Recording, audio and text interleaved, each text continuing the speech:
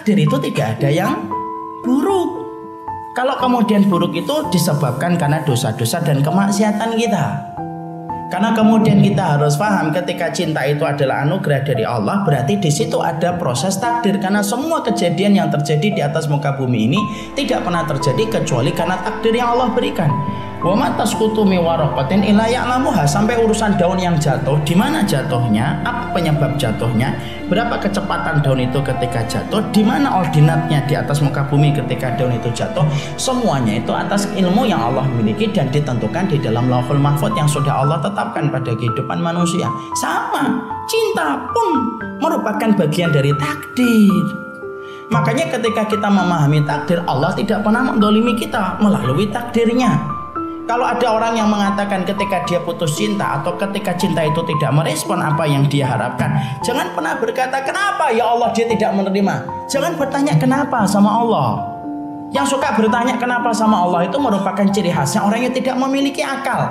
Makanya Allah sampaikan pada juz yang kedua surat Al-Baqarah, sayaqulu sufaha ma wallahu an qiblatihim allati kanu 'alaiha. Orang bodoh itu ketika dulu kiblat itu pindah dari Masjidil Aqsa menuju kepada Masjidil Haram, orang-orang yang bodoh itu Allah mensifati sayaqulus sufaha. Orang-orang bodoh itu bertanya, kenapa sih kiblatnya berubah-ubah? Sampai para ulama mengatakan salah satu identitas orang yang bodoh dalam iman itu suka bertanya-tanya sama Allah. Kenapa ya Allah? Kenapa ya Allah? Allah itu tidak patut ditanya. Makanya Allah sampaikan dalam surat Al-Anbiya, la yus'alu amma yaf'alu wa hum yus'alun. Allah tidak pernah ditanya, tapi kitalah yang ditanya sama Allah.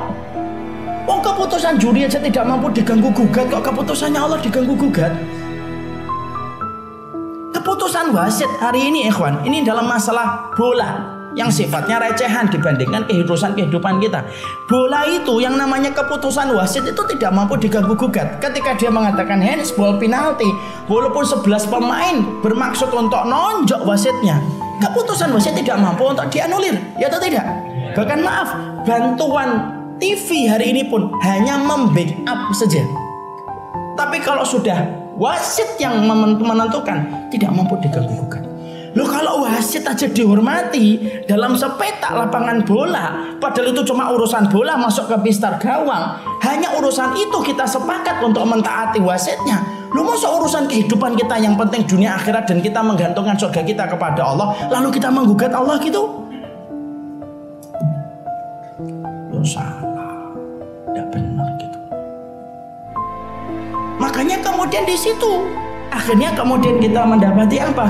Urusan takdir itu tidak ada yang salah ikhwan. Kalaupun tampaknya salah, itu cara kita yang salah ketika memandang. Saya sudah sering sampaikan dalam banyak kesempatan ilmu ya. Ini saya sampaikan ulang. Antum paham ya, saya ambilkan ilustrasi yang mudah.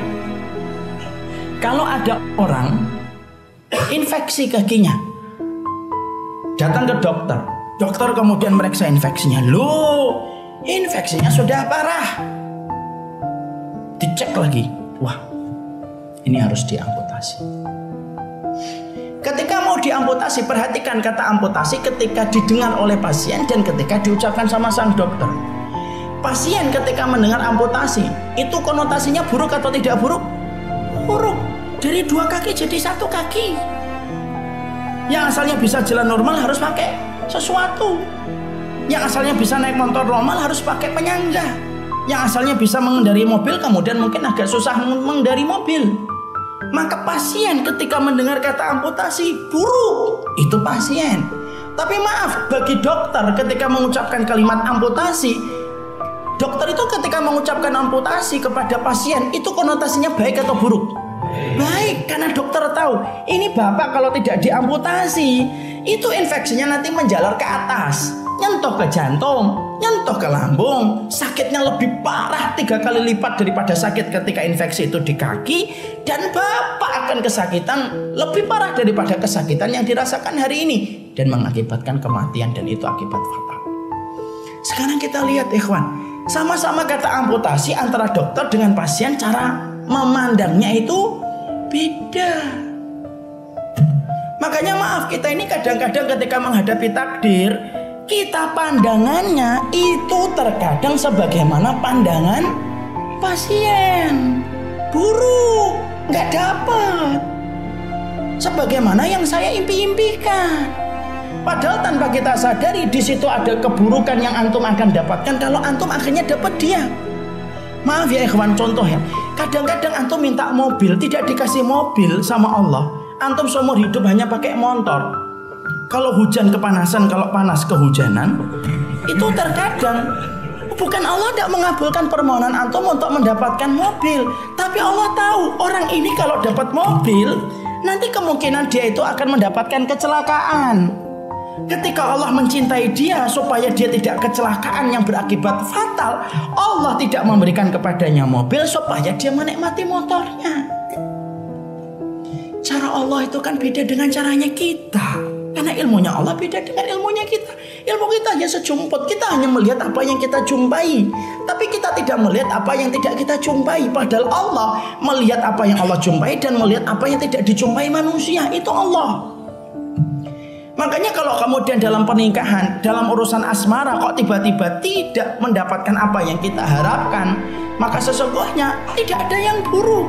Mungkin Allah hindarkan dari antum karena Allah tahu ujiannya ketika bersama dia menjadi lebih berat. Allah pilihkan yang lebih ringan kualitasnya dengan antum, tidak Allah berikan kepadanya. Makanya kan saya sering berulang-ulang berkata kan, orang itu kalau tidak jodoh dengan kita, mungkin dia baik, tapi yang jelas dia tidak tepat untuk kita. Jadi kalau dia berkata, kamu kemarin ditolak ya sama Rini, iya. Kok bisa? Dia kan orangnya baik. Memang dia baik, tapi dia tidak tepat untuk saya. Itu menghibur aja itu sebenarnya. Maka kemudian di situ akhirnya kita menjumpai bahwasanya urusan itu harus dikembalikan kepada urusan takdir, dan takdir itu selalu berjalan dalam kebaikan. Maaf ya ikhwan, antum pernah ngelihat apa yang pernah saya perhatikan? Pernah ngelihat ada tayangan WA, potongan video yang cukup viral, ada laki-laki yang berdiri di pinggir trotoar. Lihat, tiba-tiba dia lagi berdiri menikmati lalu lalang mobil. Terekam CCTV tanpa disadari olehnya. Ada sesuatu yang menyerang kakinya, tapi tidak kelihatan di video itu. Kelihatannya semut.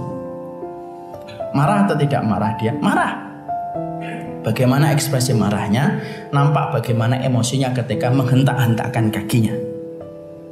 Karena semut itu mengganggunya. Mundur dia beberapa langkah. Baru saja dia mundur beberapa langkah, apa yang terjadi? Tiba-tiba terpental itu mobil yang begitu kencang melewati tepat di tempat dia berdiri beberapa menit sebelumnya.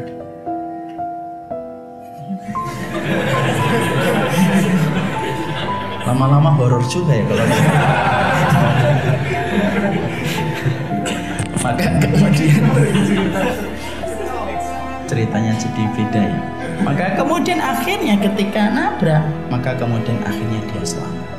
Kadang-kadang jodoh yang antum pilih dikirimkan oleh Allah semut-semut pengganggunya, dan ternyata semut pengganggu itu yang justru menyelamatkan kita. Ditolak cinta itu beban, tapi terkadang beban itu yang menyelamatkan kita.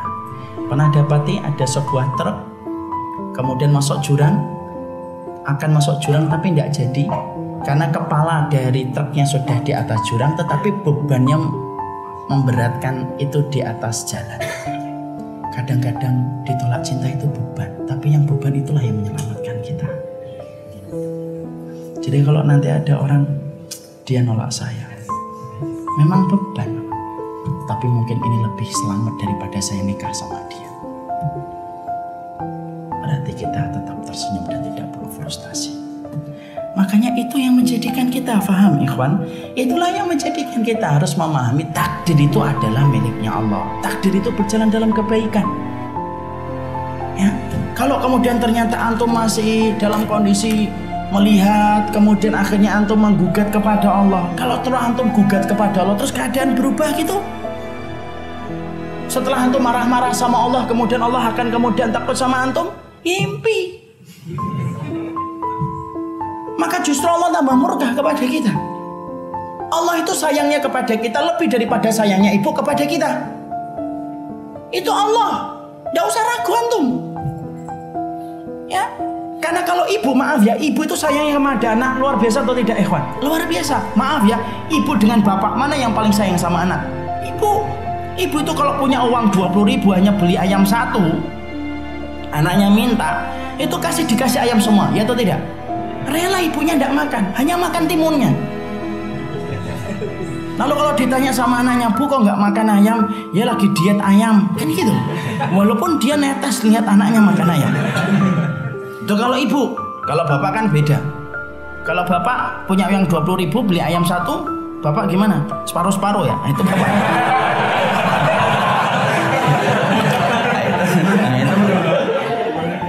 Maka sayangnya Allah, kalau kita mendapati seorang ibu begitu kasih sayang, dia sampai kehilangan logika ya. Maaf ya, ibu itu saking perasaannya itu dominan. Mereka itu kadang-kadang kehilangan logika ketika menyayangi anak.